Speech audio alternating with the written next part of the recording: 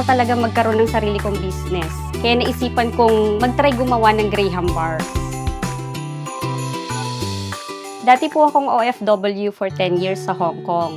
And then naisip ko pong umuwi ng Pilipinas, gumawa ng small business. Hindi ko alam pero parang may naghihila talaga sa akin. Kaya naisipan kong mag-try gumawa ng Graham bars. At first, hindi pala siya madali. Medyo watery po yung kinakalabasan ng timpla. At doon ko na-discover ang Angel Creme Densada. Dito ko nakuha yung tamang tamis. Saktong-sakto yung timpla. Nakuha ko dito yung volume, yung consistency na gustong-gusto ng mga customers.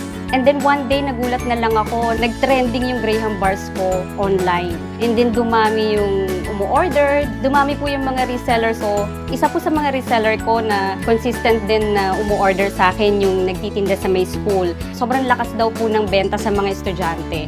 Ang gusto ko talagang business partner yung maaasahan, yung swak sa budget, yung makakasave ako. Kaya nung nalaman ko kung gaano kamura ang Angel Creme Densada, ito na yung ginamit ko. Lalo na kapag in-order ko siya online, ang laki nang nasa-save ko. Free shipping pa siya. May mga naipundar na nga rin akong gamit. Dati, hand mixer lang yung gamit ko. Ngayon, meron na akong stand mixer. In just 1 month, hindi ako makapaniwala na bawi ko kaagad yung capital ko. And nakapagpa-renovate na rin ako ng bahay namin.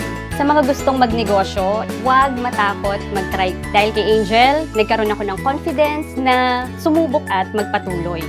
Kaya para sa Graham bars ko, Angel lang ang perfect business partner.